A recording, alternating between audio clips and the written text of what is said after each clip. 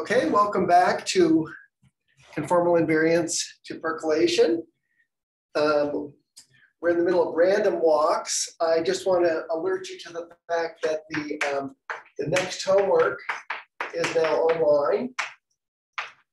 It's due a week from today, which rather shockingly is April 6th. So please take a look at it as soon as you can, and do come to my office hours tomorrow, come to Carl's section in office hours to talk to other people, to talk to me and Carl and get hints and think about the problems. Okay. Sorry, Kurt, the screen got really blurry. Ah, okay. Let's see what's going on here.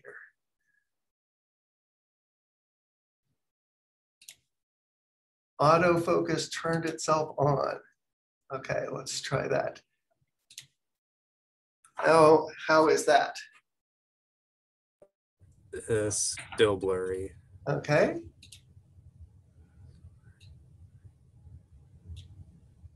How's that? Worse. Oh, that looks better. Okay, good. Got to go to one extreme before you reach the other. Okay, so yeah, so let's get back to work. And let me remind you, it's always a pleasure to see anybody in office hours, especially if I haven't met you yet. And also, please, if you can, turn on your videos during lectures and speak up at any time. So any questions before we get started? I know I have a question, which is how are we possibly going to get to percolation in the remaining time?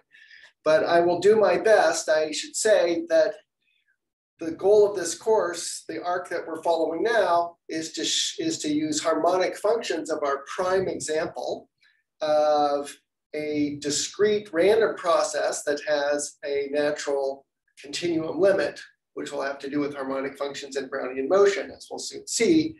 And I think once one has that fundamental example in hand, it's not too hard to at least get the idea of how Smirnov made his breakthrough on percolation. But as I said, there's much more to follow. There's this whole field of SLE and the Gaussian free field, et cetera, which this course is really preparing one for rather than covering. Okay, so we're doing now a random walk on the Z to the D lattice, sitting inside of Rn. And for example, in R2, each side has 4 neighbors. And the random walk proceeds by choosing a neighbor at random and then moving to it. So our random walk is denoted by xn, n is greater than or equal to 0. It starts at some given point x, which is often taken to be the origin. And we let Pn xy is this is a good way to understand the notation. It's Px that x of n is equal to y. So this sub x means the probability of the random walk started with this initial data. So that specifies which random walk we're talking about. This is now a random variable. And this is the probability that it lands at a given point y after exactly n steps. So that's this quantity Pn xy. And rather beautifully, there are some exact formulas for this, but let me remind you that we also have this notation R. This notation suppresses the dependence on the dimension D, but I define Rd of n to be Pn of 0, 0. So it's the probability of returning to the origin in ZD after exactly n steps. And then rather remarkably, there's some exact formulas related to RD. So one of the formulas that we discussed last time is first, this probability is equal to 0 when n is odd. And similarly, this probability is equal to 0 unless n and the difference between x and y have the same parity. Let me just pause for a moment and say a word about the probability of a random walk going from x to y in n steps. Random walks are reversible. So this is the same as the probability of going the other direction. And also, it's the same as starting at 0 and going to y minus x. The probability is a translation invariant function. So really there's this Pn only depends on one quantity, which is the difference between x and y, which is a vector in ZD. Okay, so the probability of return to 0, starting at 0, at the 2nth step is given exactly by 2 pi to the minus d times the integral over s1 to the d of this quantity, the sum 1 over d times the sum from 1 to d of the cosine theta I raised to the nth power d theta. So in other words, it's the average of over the torus of this certain function. Sorry, this was our 2n, so this should be 2n here. And actually, this formula would be true if I replace 2n by n. It's just that this function would then be odd, and so the integral would be 0. So in fact, this is a correct formula for all values of n, but it's most interesting when it's 2n. And what we saw last time was that this guy is approximately a Gaussian function of r, which is the square root of the sum of the theta I squared, the radius function on the near 0 on the d-dimensional torus with standard deviation of 1 over the square root of n. And from that, we were able to conclude that this is approximately n to the minus d over 2. Okay, that's just a little bit of review of the setup for random walks and 2 different ways of approaching them. Now, here's a third way about talking about random walks. We can actually write down combinatorial formulas that also give the exact value of the return to the origin and also the exact value of the probability of moving from site x to site y. So this is the combinatorial approach. So we discussed this just a little bit last time. Let me let capital RD then be the number of paths, legitimate possible itineraries for a random walk from 0 to 0 of length n. And then RD of n is, of course, just these paths weighted by their individual probabilities, which is 2d to the minus n times RD of n. And the simplest case was R1 of 2n was just 2n choose n. So the number of random walks coincides with the central entry in Pascal's triangle.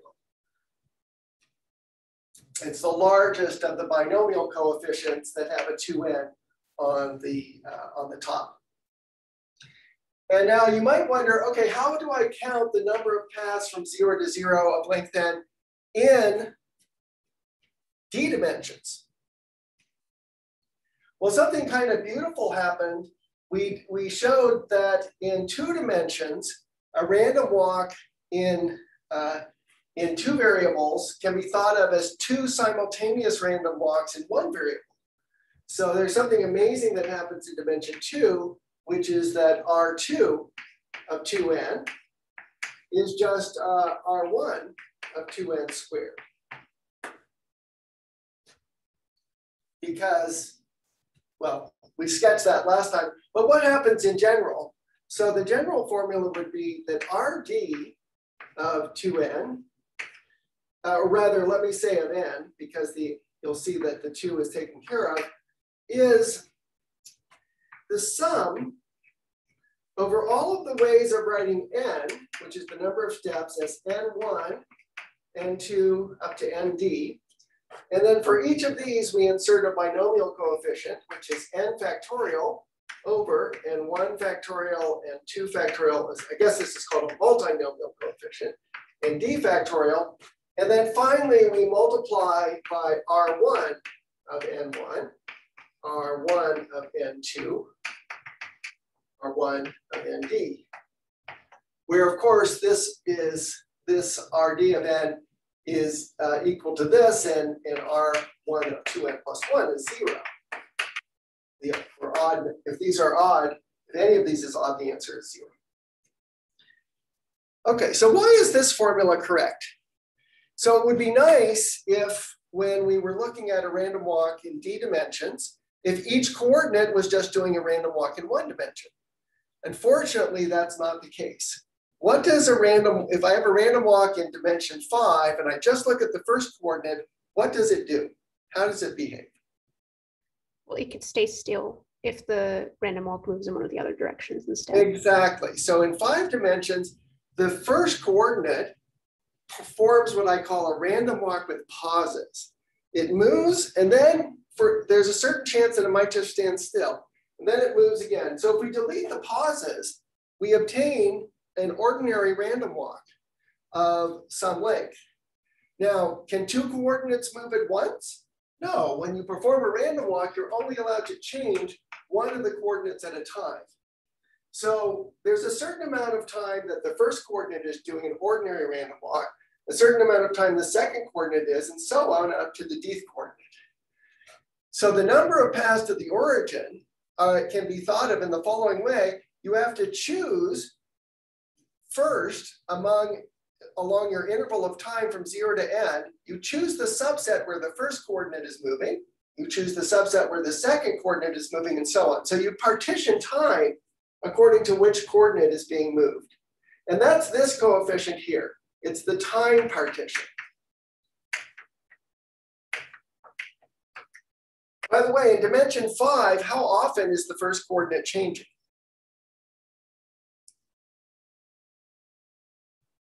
1/5 of the time. 1/5 of the time, right? Every step, you first choose a coordinate at random, and then you choose whether to increase or decrease that coordinate. So, in fact, a very good approximation when n is large to the amount of time the first coordinate is changing is 1/5 of the time. And that ratio in fact tends to 1/5 with probability 1. So, so there's first this time partition, and then we decide for each of those times, we do an ordinary random walk in 1 dimension. And so when do we return to the origin? We return to the origin when the ordinary random walk in 1 dimension for the first coordinate returns. So that's this many paths.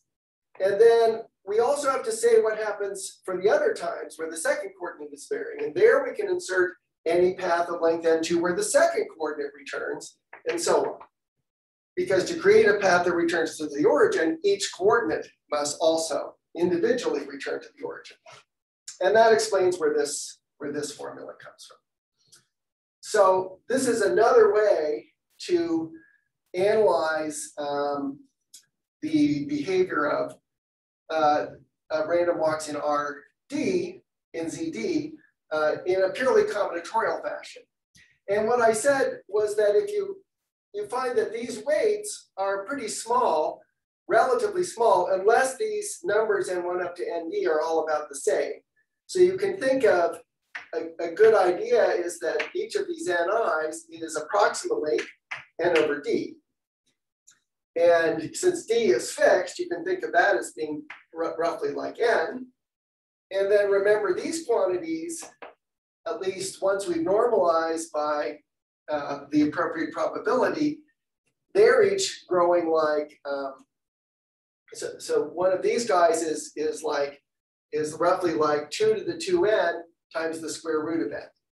So I just want to say that these quantities are then all, the probability ends up being almost the same as R1 to n raised to the dth power, because all of these quantities give approximately that contribution. So let me just finish the statement by writing bar. D of n is 2d to the minus n times capital R. Okay. And if you take these, well, let me leave it at that. I guess you could, what I want to say is you could put this 2 to the minus n and write it as 2 to the minus n1, 2 to the minus n2, put that in front of each of these, and then each of these would become approximately 1 over the square root of n. And so you would get, again, this quantity here. So this quantity can also be justified using this exact combinatorial formula. Either way, you take as your point of departure an exact formula, and then you have to make some estimates. I think this, in some sense, this Fourier approach is more favorable because it shows that a Gaussian emerges in the transform space. And also this formula, this is the Fourier transform of this function, Pn of x, Pn of 0x, and you can use this same discussion to get a formula for Pn of xy, rather than just Pn of 0, 0. Okay, so let's move on. What do we want to do next? I think the next topic is to set aside random walks for the moment and talk instead about harmonic functions. So our goal is to ultimately to relate random walks to conformal invariants. And to do that, we have to get to something conformally invariant on the complex plane, but we're not to the complex plane yet. We're still on ZD. So the next player is the theory of discrete harmonic functions. That's a little bit of a misnomer. These are also called pre-harmonic functions.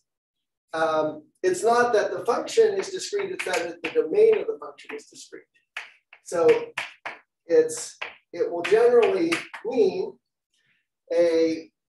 just a real valued function on the integral lattice. Now, when is it harmonic? Well, there's a natural averaging operator.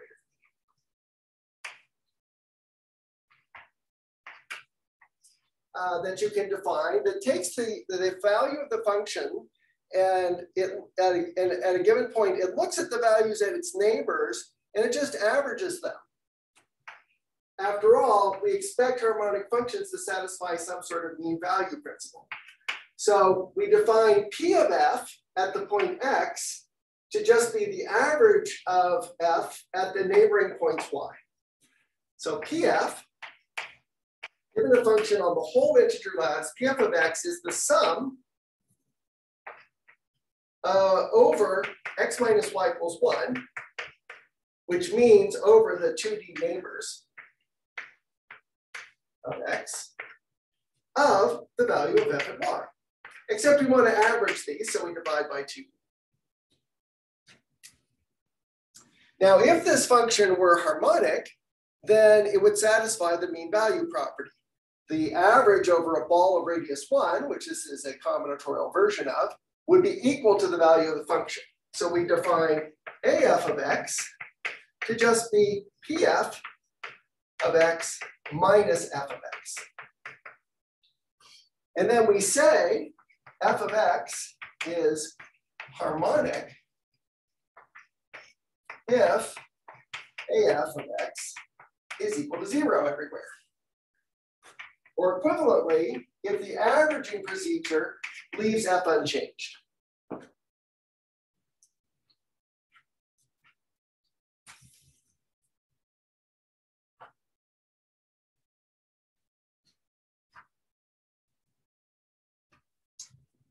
Now, how close is this to being a good analogy to the Laplacian? Does A look like the Laplacian? Well, let's suppose that we have a function on Z.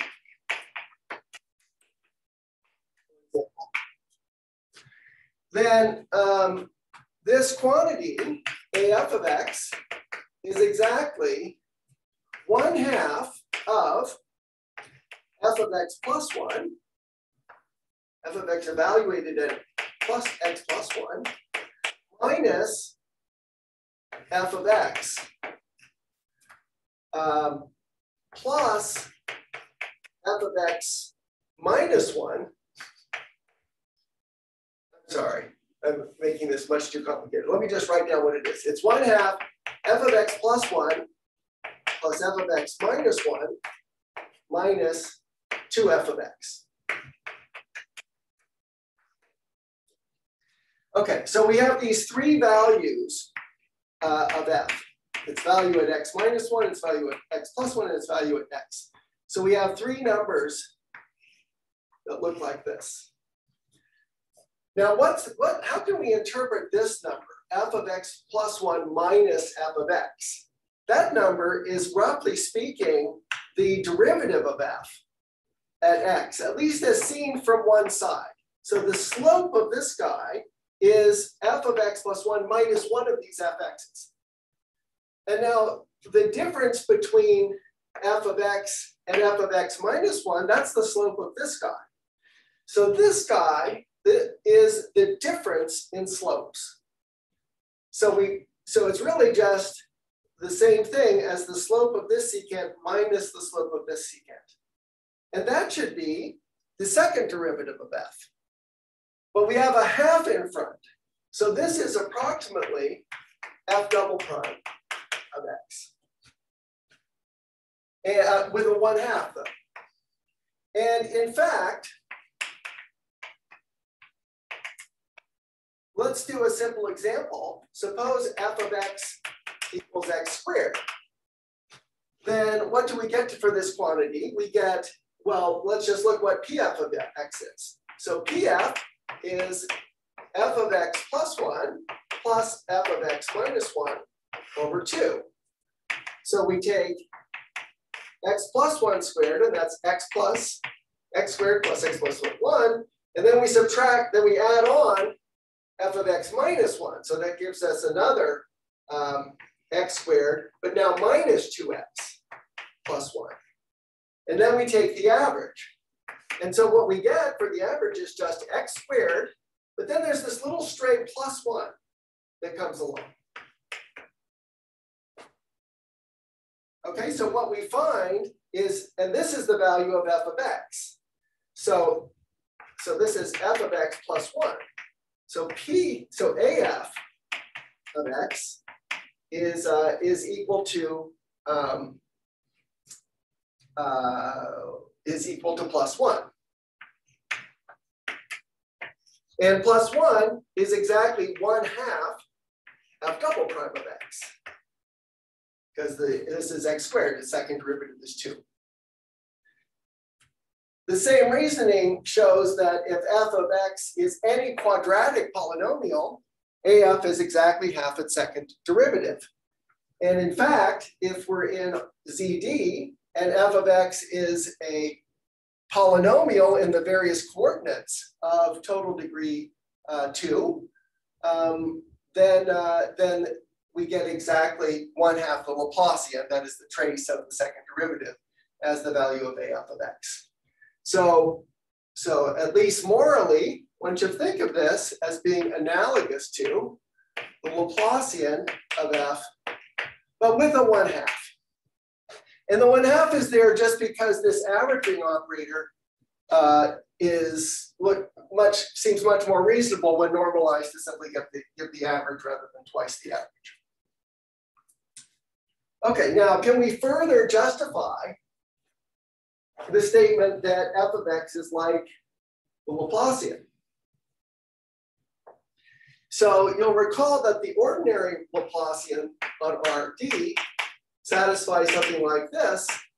If f is a, say, smooth, compactly supported function on Rd, then the Dirichlet energy, which is the integral of the gradient of f squared, nice conformally invariant quantity, is equal to minus the integral of f times the Laplacian of f. So this holds true also in our setting if we can come up with a reasonable notion of what the Dirichlet energy is. So what should the Dirichlet energy be? Well, we define the absolute value of the gradient of f at a point x to, again, this will be something involving the edges. So we look at all of the edges incident to x, and then we look at f of y minus f of x. And actually, let me put a squared in here. So we'll say the gradient squared is the sum of these differences squared, and then weighted by 1 over 2d, which is the number of edges incident to x. So then this is just the number of terms in the sum. So it's sort of the average value of the gradient squared along all of the incident edges. And so then we have a theorem that's very similar to the theorem on Rd. Namely, we can define the Dirichlet energy of a compactly supported function just to be the sum of this quantity over the whole lattice. And then that should be equal to a sum that looks something like this. But remember, we have a 1/2 the Laplacian in here. So the theorem is the following: let f from ZB to R have, and now I could say compact support, but compact in the discrete setting just means finite support. So it's equal to 0 at almost all points. Then the sum over all x of the absolute value of the gradient of f of x squared is equal to minus, and then I put in a 2 because this is more like half the Laplacian, the sum over all x of f of x times af of x. Okay, so let's see how the Laplacian naturally emerges if we focus our attention on the Dirichlet energy instead.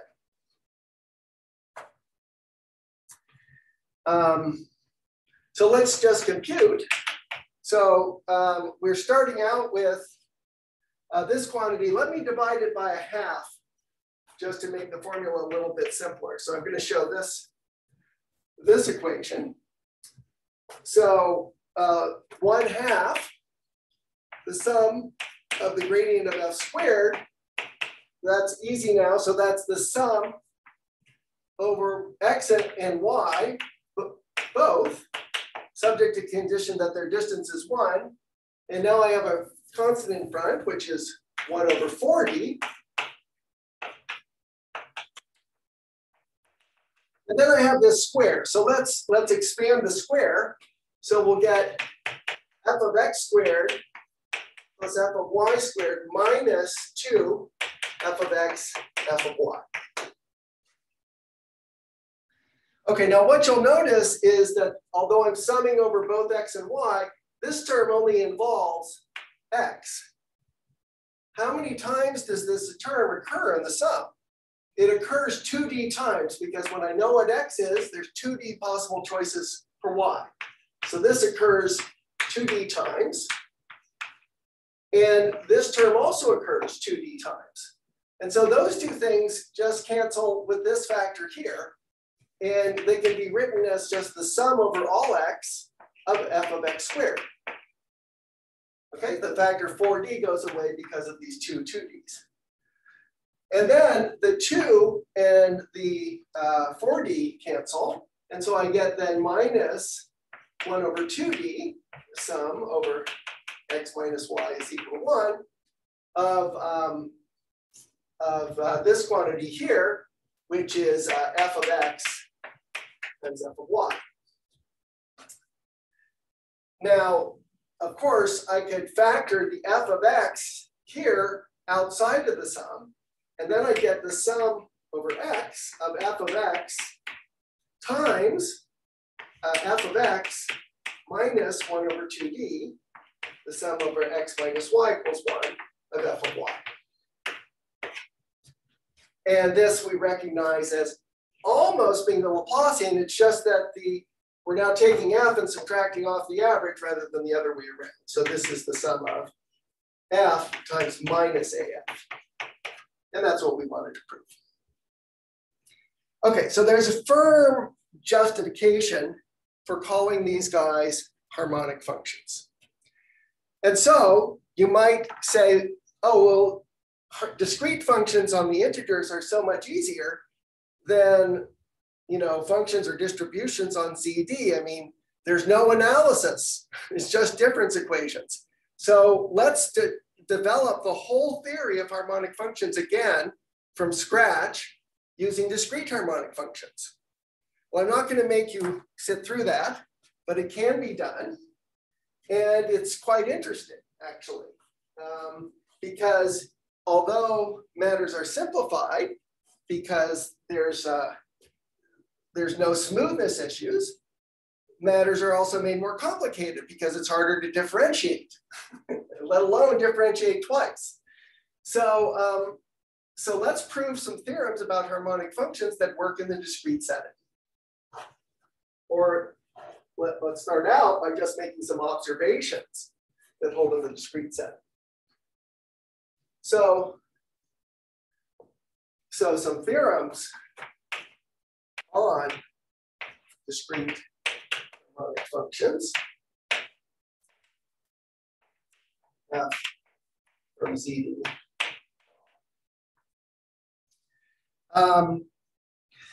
So to state the first theorem, we'll also be interested in functions that are harmonic on domains in the integers rather than on the whole space CD.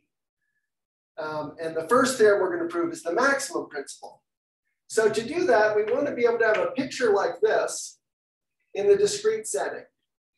So we have, so to speak, an open set V, and it has compact closure, and it has a boundary. So what is an open set that has compact closure? It's just a finite set of vertices. Okay, so I'm drawing in white, the vertices are on V. So our setting now will be V contained in ZV. It's just going to be a finite set. Now, what's the boundary of V? This should be thought of as an open set, so it doesn't, the boundary are points that are not inside it, but they want to be inside it. They're right next to it. So the boundary of V will consist of those vertices that are exactly distance 1 from V. They're connected to V by an edge, but they're not in V. So by definition, the boundary of V is the ball around V of radius 1 with respect to the usual Euclidean distance on the integers minus the set V itself. And of course, V is bounded, so its boundary is also bounded. So what does it mean for Y to be in the boundary? Y is in the boundary if and only if Y is not in V, but the absolute value of x minus y equals 1 for some x that is in V.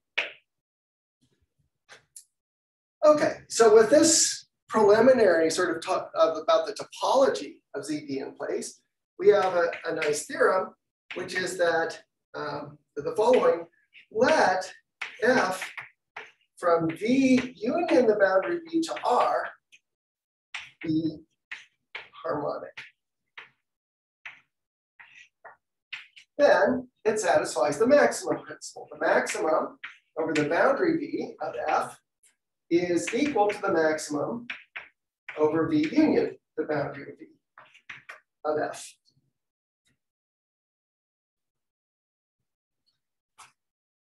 Okay, so why should this be the case? So notice, I swept something under the rug there. When I say let F be harmonic, what exactly does that mean? So when on an open set, we understand that what something means to be harmonic because we can differentiate it nearby. Here, to compute the Laplacian of V at a point X, I need to know the values at all of its neighbors. So that means I can't even compute the Laplacian at these boundary points. But provided F is defined on the boundary, which I'm supposing, I can then compute the Laplacian at all points in the finite set V. In other words, the boundary points are the points I need to add to ensure that every point in V has 2D neighbors, 4 neighbors in the case of the plane. So that's why F is defined on, so to speak, the closure of V. You can call this V bar. And then the maximum over V bar is the same as the maximum over its boundary. So harmonic means AF of V of X equals 0 on V. But we can't even compute AF on the boundary of V.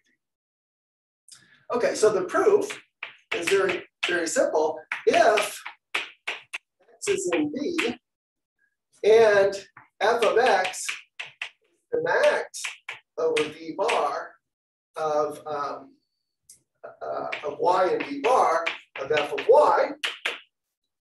So in other words, if the maximum were to be obtained at a point in the interior, if its maximum is only achieved on the boundary, the theorem is obvious. If it's attained at a point in the interior, then, of course, let me call this quantity M, then F of Y equals M for all Y, distance from X is equal to 1. Because after all, F of X is equal to the average of its neighbors, and its neighbors are no bigger than M. So if the average comes out to be M, they must all also be equal to M. So we find one place where F is M that forces F to be equal to M at its neighbors. So we can move, say, vertically while keeping the value M. And then the same reasoning holds there. And so by moving vertically, we must eventually reach the boundary of V. And so we found a point on the boundary where the maximum is also M. And actually, what we've shown is a little bit more. We've shown that if F achieves its maximum in the interior, then F is constant. Well, not quite. What we've shown is that F is constant if you can join any 2 points in V by a path of adjacent points. And so when that happens, we say V is connected. So as a corollary of the proof, or a caveat or a complement to this statement, we can say if V is connected and the maximum is achieved in V, then F is constant. Just as we would have in the case of ordinary harmonic functions in the complex plane. And of course, we need this connectedness because F could be equal to its maximum on one component of V, and then it could be equal to something less, even fluctuating on a different component. Okay, so far this is pretty good. We seem to have something quite similar to the behavior of harmonic functions in RD. But let's try to prove a more interesting theorem. So here's one thing we know, although I'm not sure if we proved it. We know this pretty well in the complex domain. In the complex domain, a bounded harmonic function on the whole complex plane is constant.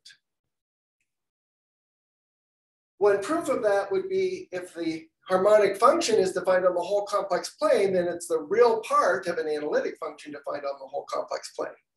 And if the real part is bounded, it means it maps the whole complex plane into a strip. And a strip is equivalent to the unit disk, so you would have a bounded holomorphic function, and That would be constant. Well, that's not going to work for ZD. It doesn't even work for RD because we can't argue with holomorphic functions. So let's give a proof, nevertheless, of the corresponding statement for harmonic functions on the integer lattice. The theorem here is let f from ZD to R be harmonic and bounded. Then f is constant.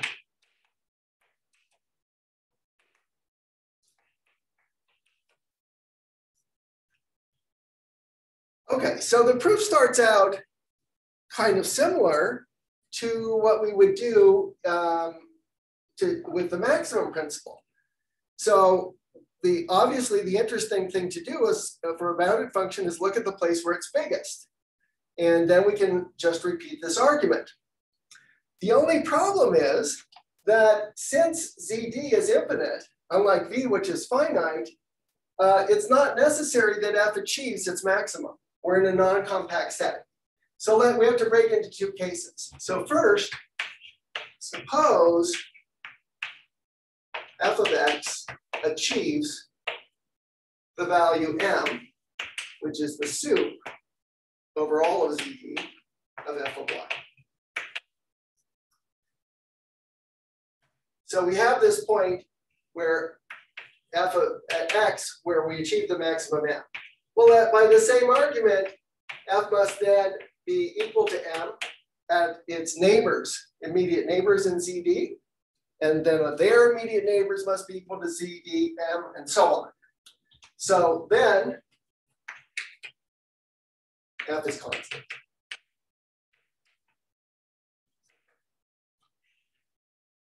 Put differently, the set of points where x achieves its maximum is connected in the adjacency graph on the lattice, and the lattice is connected, so it must be the whole thing.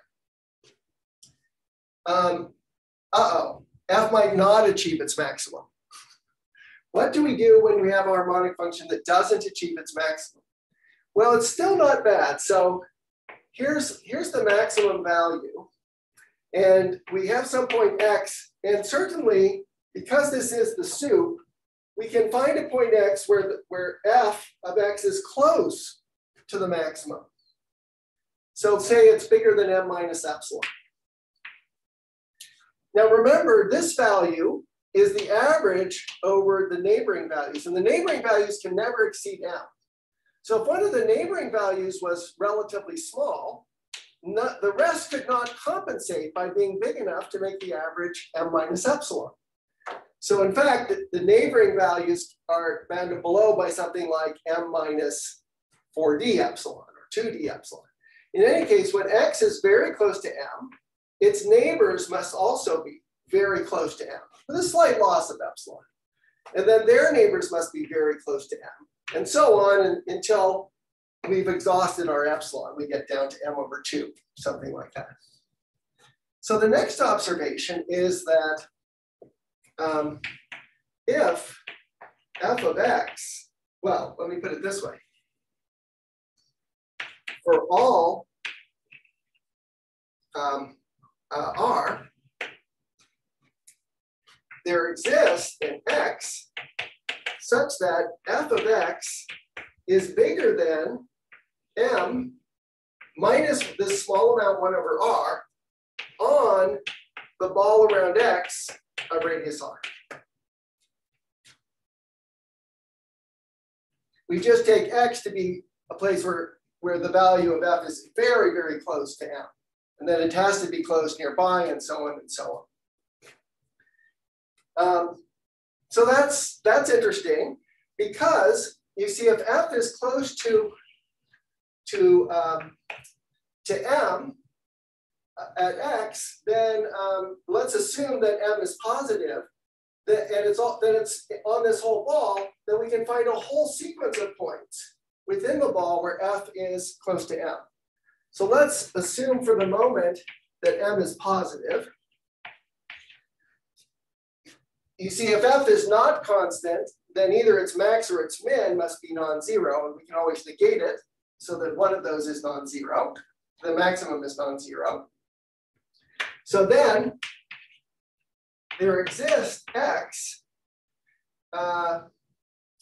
such that the sum of the values f of x plus f of x plus e1 plus f of x plus 2e1 and so on up to f of x plus re1 is as large as we like, is say greater than or equal to say mr over 2. So we can find a bunch of consecutive points such that when we add up f along that sequence, we get a very large number. Okay, so those are the two alternatives.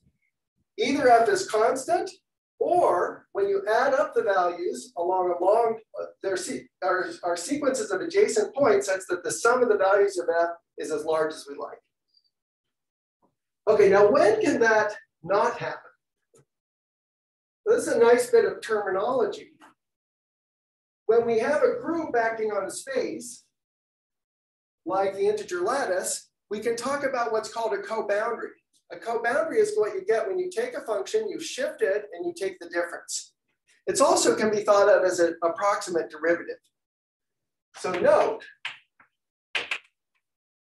if f is a co-boundary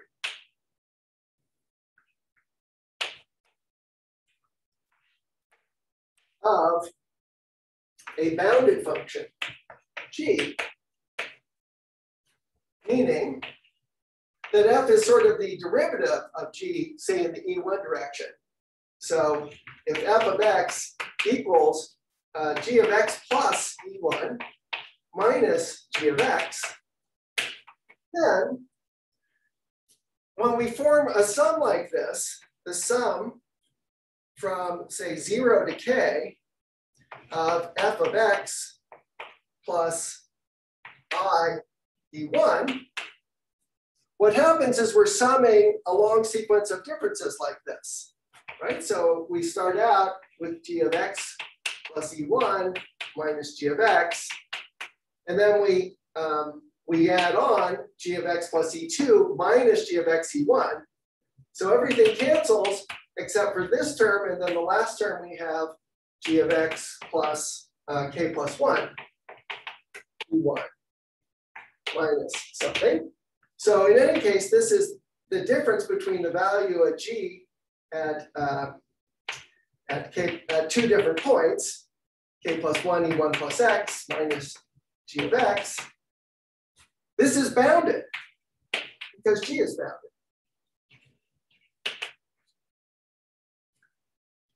So in other words, when you take a derivative of a bounded function, which is roughly what this is doing, and then you integrate it again, which is roughly what this sum is doing, then you get a bounded function again. Okay, so this is a very fancy way of saying, if you take a derivative, it can't have this property if it's the derivative of a bounded function. Okay, so in the second case, this implies f is not a co-boundary of a bounded function. So it's not a co-boundary of bounded. Okay. So now we're ready to do the proof.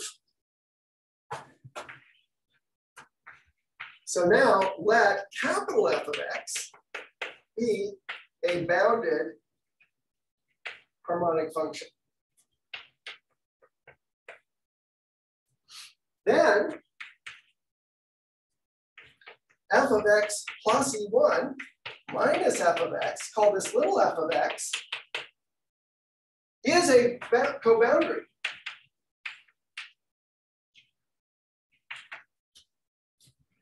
It's also harmonic because when you take a harmonic function and you shift it, it's still harmonic. When you take two harmonic functions and add them, it's still harmonic. So it's also harmonic and it's also bounded. In fact, it's the co-boundary of a bounded function. So when we apply this part of the argument to capital F, we can't have this conclusion.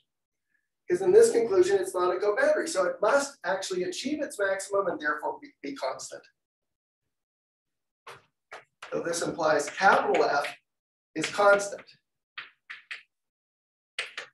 Now, let's think about what that means. It means if you increase X by E1, then F goes up by a constant. So if you increase X by E1 again, it goes up by that constant again, and again. And if that constant were non-zero, that would contradict boundedness of F. So its derivative has to be, by virtue of being constant, this implies that F of X, little f, is constant. The derivative is constant. And F bounded implies that constant is 0. So that says that when you shift F by E1, it doesn't change. Well, the same argument applies to any coordinate direction. So F doesn't change under shifting by any coordinate direction, and therefore it's constant. Okay, so that's a proof that bounded harmonic functions are constant that works in this very combinatorial setting. And the idea of the proof, the main idea, is that the derivative, if you have a bounded harmonic function, then you can prove its derivative is constant. And then by maximum principal type argument, and once you know its derivative is constant, the derivative has to be 0, and then the original function has to be constant. Okay.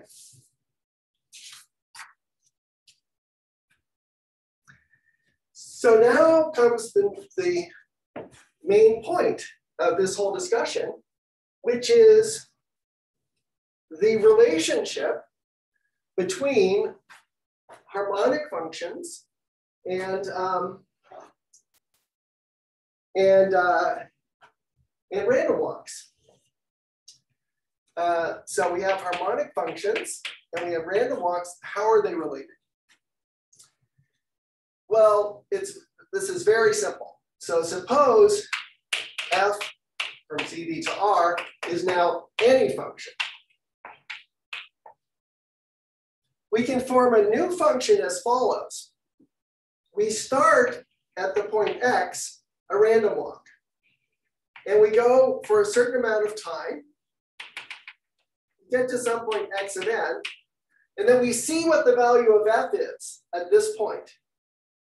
And we use that to define a new function, except this function is a random variable. So instead of just checking what F is, we average the values of F over all possible locations of X of N. So let's do this in the simplest case. Let's just go to time 1, and we consider F of X1, X of 1, where this is a random walk starting at X. And then we take the expected value of the function. So that's written like this. This X here means X0 was equal to X.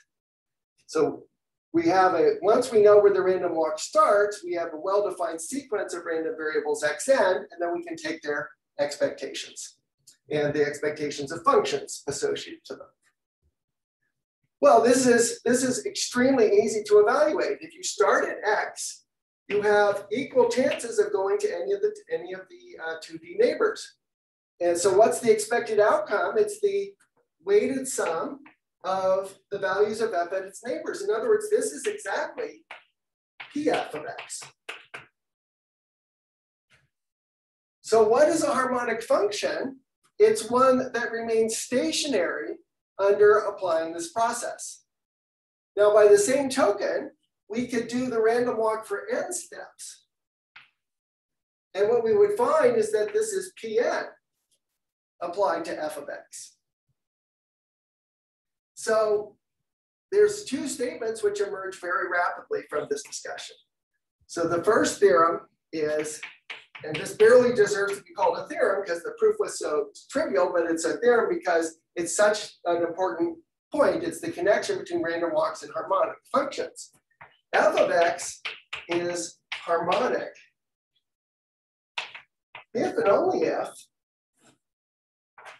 F of X is equal to the expected value starting at X of f of x1.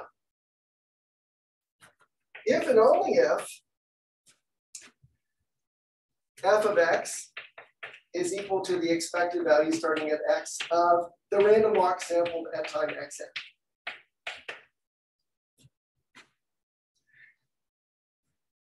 So harmonic functions are those that are stationary under this process of evolving them using a random walk.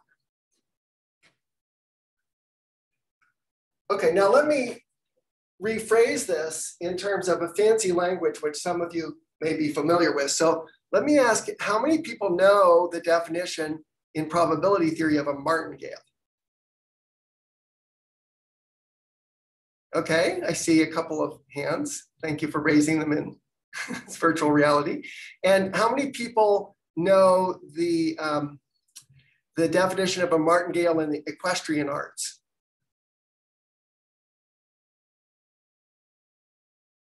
Yes, well, let me see. Alec, did you take, oh, Manon. Do you know if you're working with horses, do you know what a martingale is? No, I don't think I know if I'm working with horses. Okay, I'm sorry, I saw your hand was still up. Catherine? I think it blinds your eyes that you keep walking forward with the horse's eye. No, that's a good guess though. Oh, okay, then I misremembered. Anybody else know? I remember there's a picture of Dube who has a famous theorem about martingales with one over his shoulders. So it's, if you have my sister is an equestrian, so I happen to know this. If you have a horse that tosses its head, one of the things a horse can do to rebel is throw its head backwards, because the bridle keeps the horse from pulling its neck down, but it won't keep it from throwing its neck back. If you have a horse that likes to toss its head, there's an additional piece of upholstery you can put on it, additional piece of saddlery that holds its head down and keeps it from tossing it. So this is what a martingale is. It's something that kind of controls your horse. Now, how this came to be associated with gambling and random walks is actually a long story, and I will try to remember to post that story to this webpage. It has to do with, anyway, it's complicated and it takes place in France. But you can almost imagine it has something to do with what we're about to talk about. So some people know about martingales. Let me just say what they are. So a martingale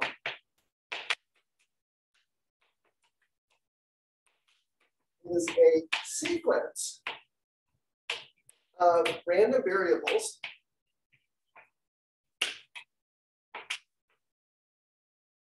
x1, x2, x3, etc., which are almost independent from one another. So they're such that the expected value of xn plus 1, given the values of x1 up to xn, is equal to xn.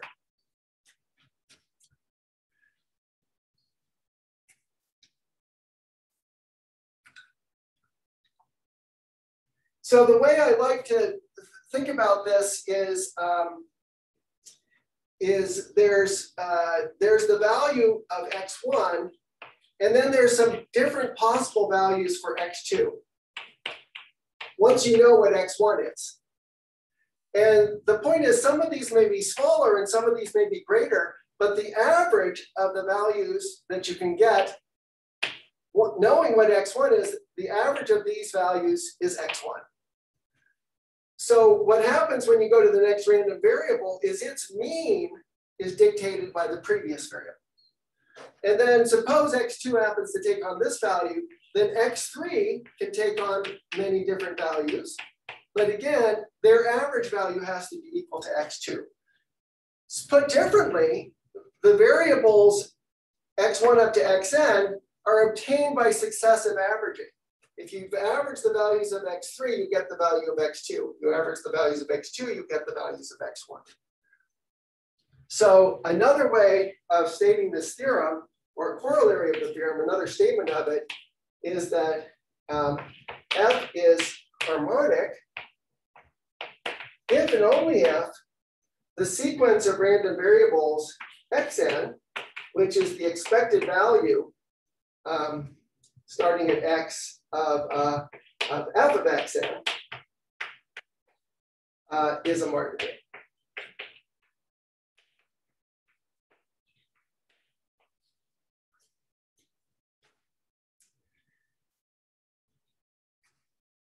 So another way people sometimes think of a martingale is a martingale records the amount of money a gambler has in his pocket as he plays a fair game. So you come into the game with $1,000, and then you roll the dice, and maybe your fortunes go down, maybe they go up, but the outcome is, the average outcome is the same as what you came in with, because the game is perfectly fair. Your chances of winning $1 are the same as the chances of losing $1. Once you've lost $1, you play again, and again, the game is fair, and so on and so on. So that's the idea of a martingale. And similarly, we know that harmonic functions at a given point, they're the average of the neighbors. So generally, some of the neighbors are bigger, some of the neighbors are smaller, but their average values exactly give the value at the point we're at. And so if we look at how these random variables evolve, sorry, I shouldn't have put the expectation there. This is a random walk starting at x,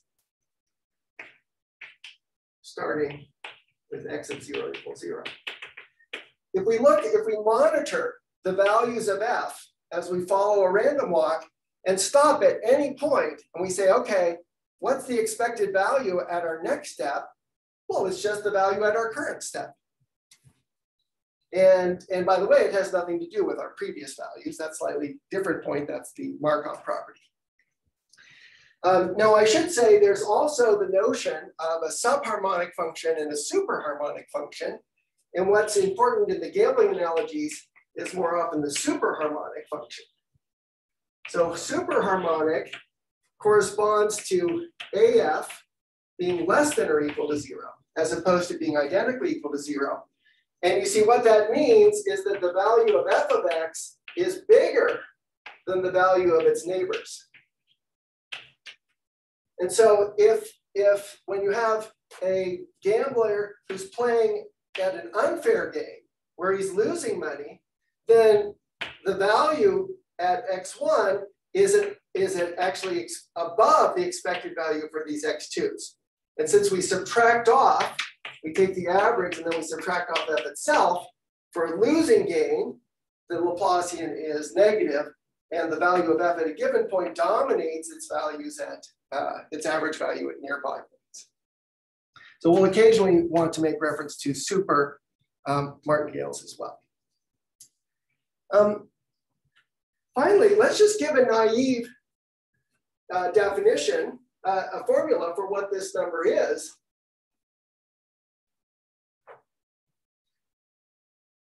So these quantities we've been examining, Ex of f of xn, this is something we have an exact formula for. This is the sum over all y of the probability that a random walk starting at x ends up at y in n steps. And we take this and we multiply it by f of y. And that gives the expected value of f with a random walk that starts at x. So it's given by convolution with this, this probabilistic kernel.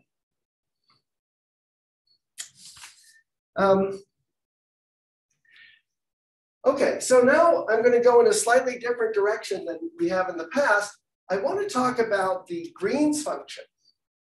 And this is again to try to explain the connections between potential theory and the Laplacian and random walks.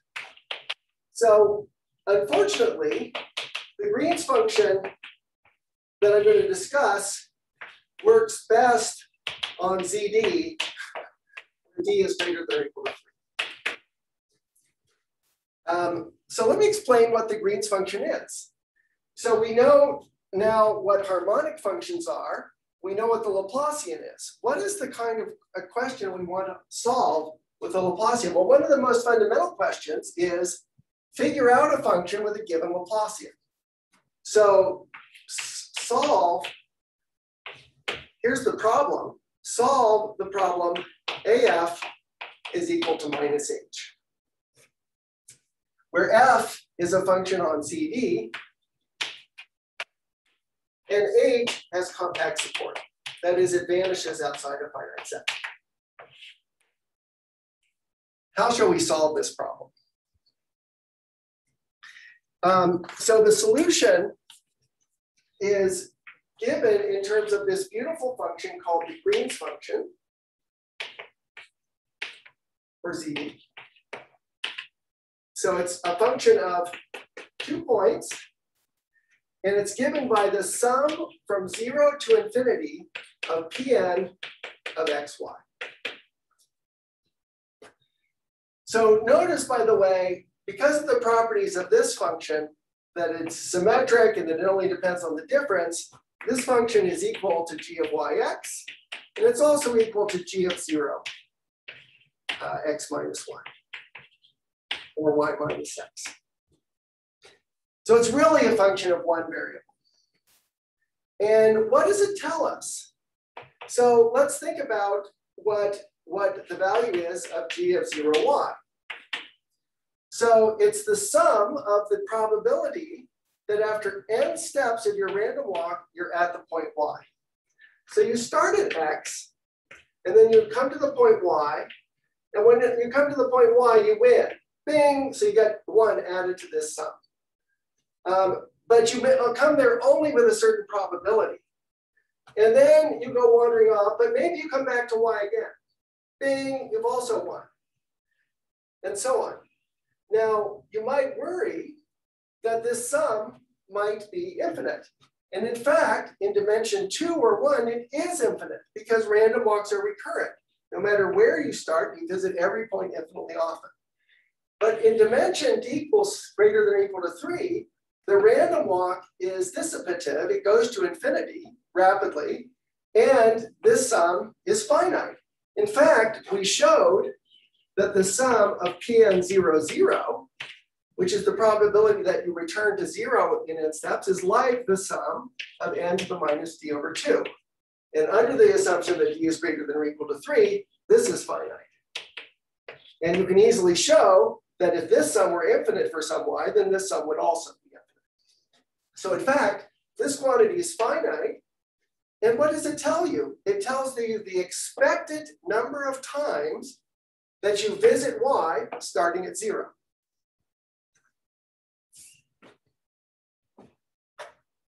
Let me write that down. G of 0y is the expected number of times x is equal to y, starting with x of 0 is equal to x.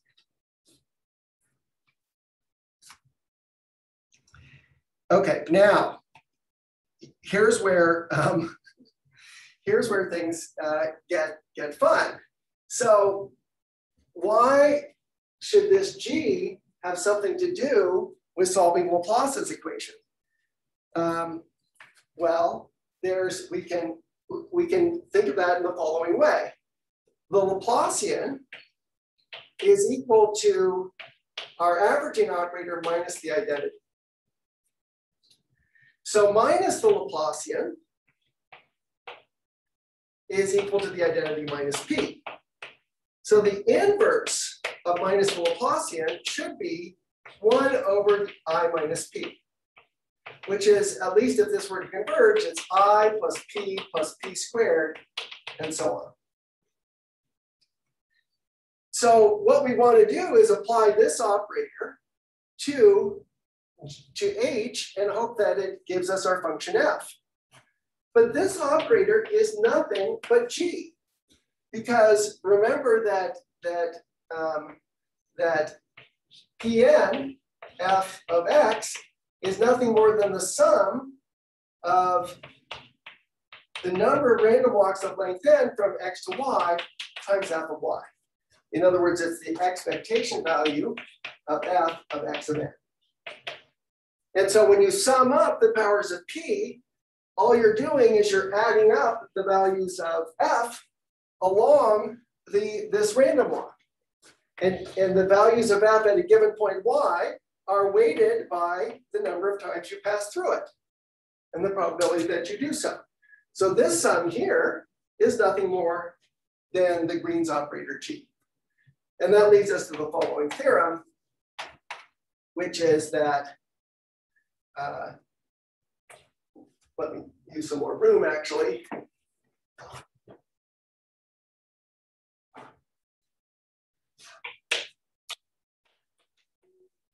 Unique solution to AF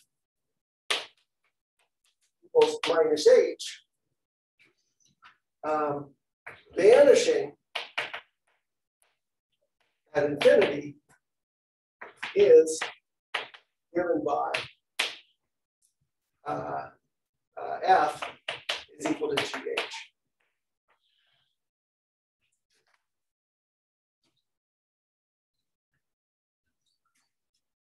Okay, and let's say explicitly what this is again.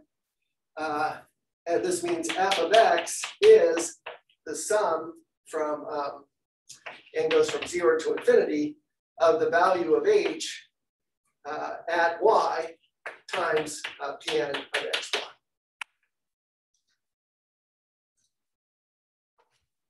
Okay, now there's a nice interpretation of what this quantity is. So you imagine that at each point in the plane, there's a little bundle of a replicating bundle of cash of value h. And when you step on the point y, you get a payoff of h of y. And then you go to the next point and you get a payoff. The next point you get a payoff. If you come back to y again, you get the same payoff again. So every point in the plane is like a little vending station. And when you visit it, you receive a payoff of h of y.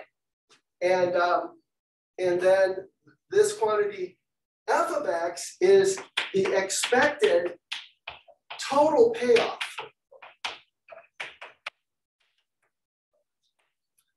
along a random walk starting at x.